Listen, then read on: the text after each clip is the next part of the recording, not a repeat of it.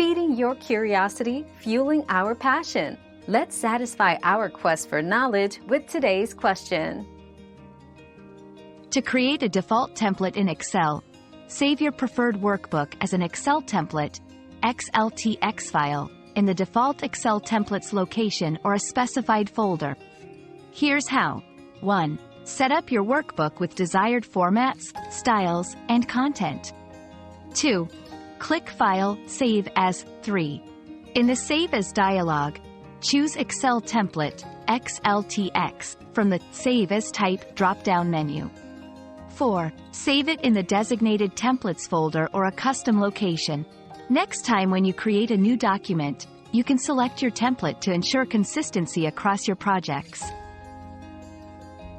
Another mystery solved, but many more await. Keep up with our daily discoveries by subscribing and turning on notifications.